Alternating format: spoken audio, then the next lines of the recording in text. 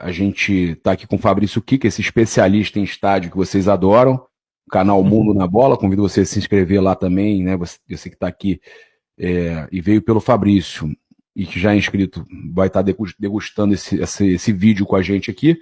Mas você que não conhece ainda, vai lá, se inscreve, que ele está sempre falando sobre questão de estádio também, de forma imparcial. Tem a opinião dele, que muitas vezes pode ser. Tem gente que entende para um lado de política, e eu que conheço bem sei que ele não tem lado nenhum, é um cara totalmente imparcial, o cara que quer que o Flamengo tenha o estádio, rubro-negro quer que o Flamengo tenha o estádio, e que gosta de falar sobre o tema, e que vai criticar se tiver que criticar. Eu acho muito importante saberem isso. Seja essa gestão, ou seja uma outra gestão que ganha a eleição. Se estiver errando, ele vai criticar. Eu conheço o Fabrício já, e sei que onde tiver erro, ele vai apontar, ele vai falar, independente da chapa que ganhe, que vença a eleição. Até porque qualquer decisão que aconteça agora vai ser uma herança, como a questão do potencial construtivo, vai ser uma herança positiva, né? Tem heranças negativas e heranças positivas. Essa vai ser uma herança positiva. A gente teve o Landim declarando, né, Fabrício, que segunda-feira o Eduardo Paes vai lá na Gávea assinar o potencial construtivo. Acredito que seja aquele da Gávea que vai transferir para o gasômetro e reduz ali. Se você quiser explicar como é que é isso, e eu vou deixar rolando aqui a imagem da apresentação sem áudio, enquanto você explica aí como é que é essa questão do potencial construtivo e o que você achou desse projeto que foi apresentado hoje lá na Gávea, sem a gente falar de questão política e tudo mais, falar basicamente mesmo do projeto, né? Apesar de ser uma coisa preliminar, como o próprio Bodan falou, mas o que você achou desse projeto? Bom dia. Bom dia, Gabriel. Como você disse, não é um projeto dessa chapa, né? É um projeto do Flamengo, ponto final. Tem alguém ocupando o cargo de direção, mas é um projeto do Flamengo, né? Um projeto que vai muito além de quem está no comando do clube agora. A questão do potencial construtivo, para ser bem sincero, tem duas etapas aí, né, Gabriel? A primeira é a transferência do potencial construtivo da Gávea, que é o seguinte: a Gávea hoje tem aproximadamente 35 mil metros quadrados de área construída, num terreno de 70 mil metros quadrados, com a possibilidade de construir até 200 mil metros quadrados. O Vasco da Gama, né, para a reforma de São Januário, teve essa transferência de potencial construtivo também. Ou seja, esse potencial não utilizado foi vendido, ou está sendo vendido, ainda não foi totalmente vendido, está sendo vendido, e os recursos obtidos com a venda desse potencial construtivo não utilizado está sendo aplicada para a reforma de São Januário. O Flamengo vai fazer a mesma coisa com a Gávea. A Gávea tem mais potencial construtivo do que o utilizado.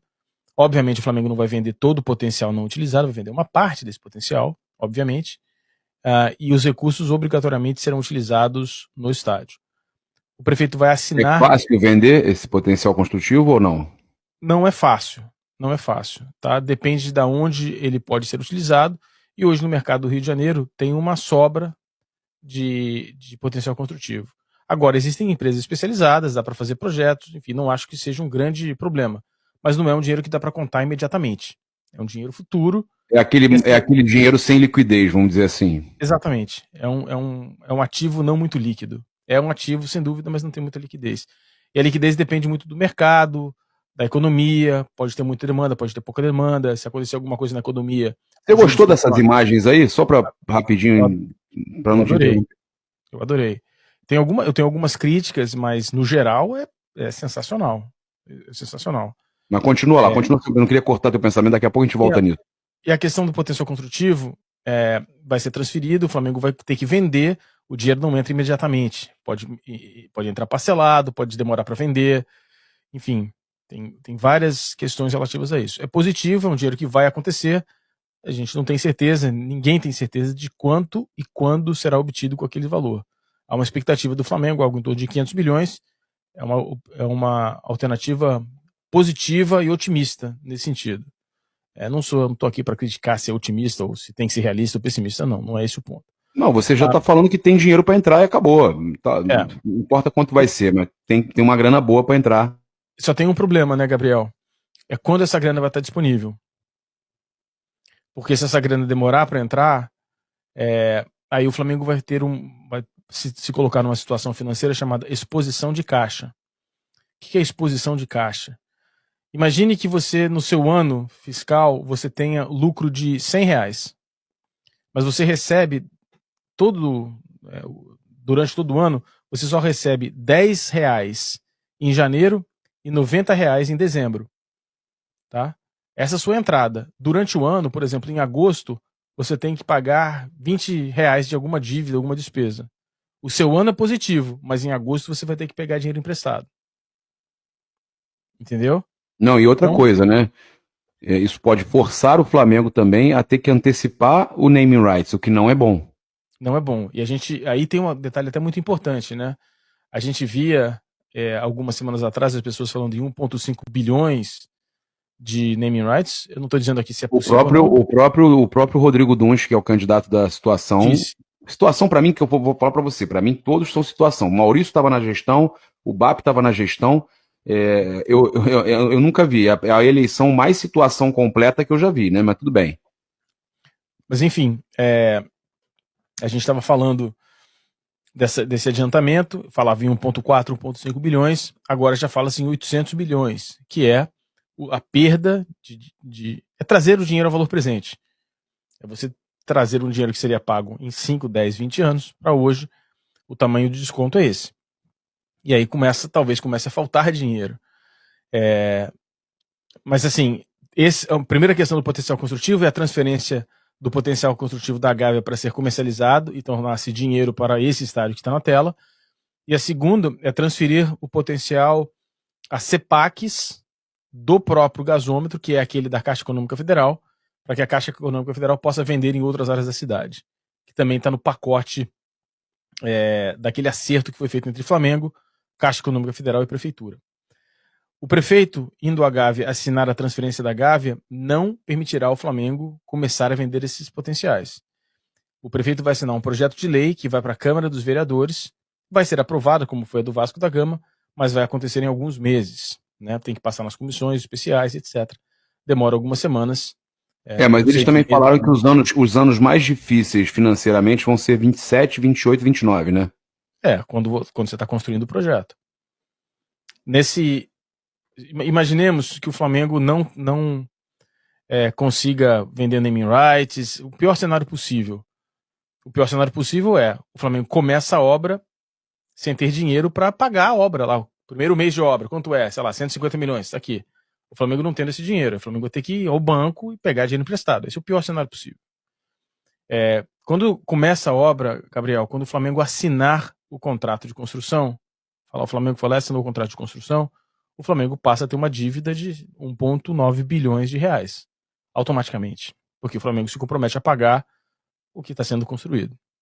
Então o Flamengo, naquele momento, sai de uma situação relativamente confortável. Há um alerta ligado na parte financeira do Flamengo, nada sério, não é uma crise financeira, não é nada disso, mas agora precisamos ter um pouco mais de atenção. Tá lá, acesa essa luz. E o Flamengo, aí quando assinar o contrato de construção, passa a se tornar, aí sim, alerta máximo. Alerta máximo. E aí, Gabriel, a gente fala do estádio propriamente dito. Adorei as imagens são lindas.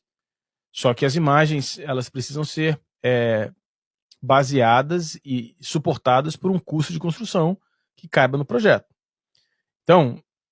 Acha que pode, de repente, não caber? Não tenho como afirmar isso. Eu não tenho como afirmar isso. O que eu posso fazer, e que fiz numa live há algum tempo atrás, essa semana ainda, é levantar exemplos de estádios que estouraram o orçamento. Né? E a lista é vasta e geograficamente diversa.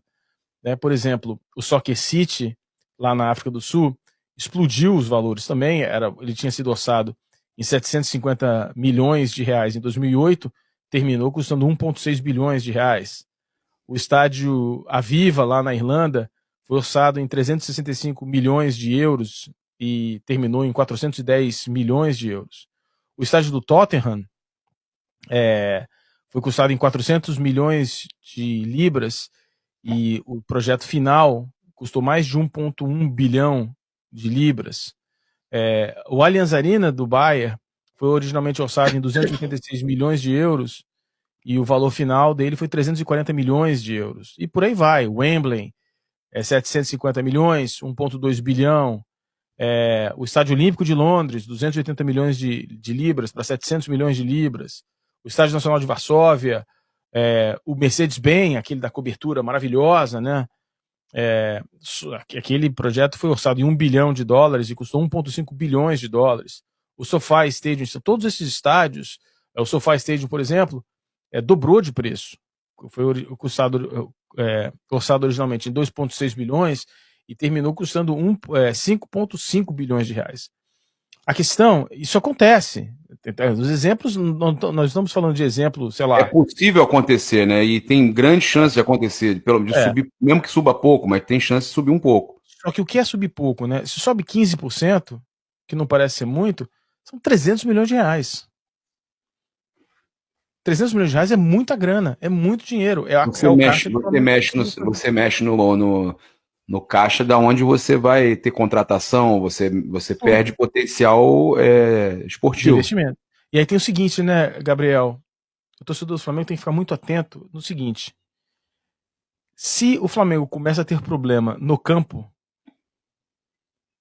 automaticamente a arrecadação no resto é afetada. É um ciclo.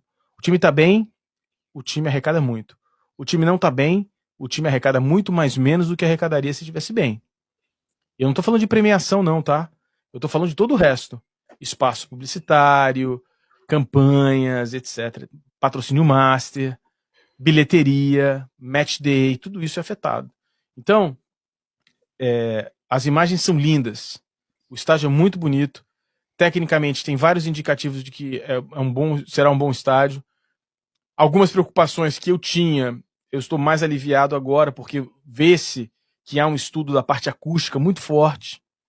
Tem lá, nos slides que foram apresentados, tem lá um esforço já para... É um esboço, tá?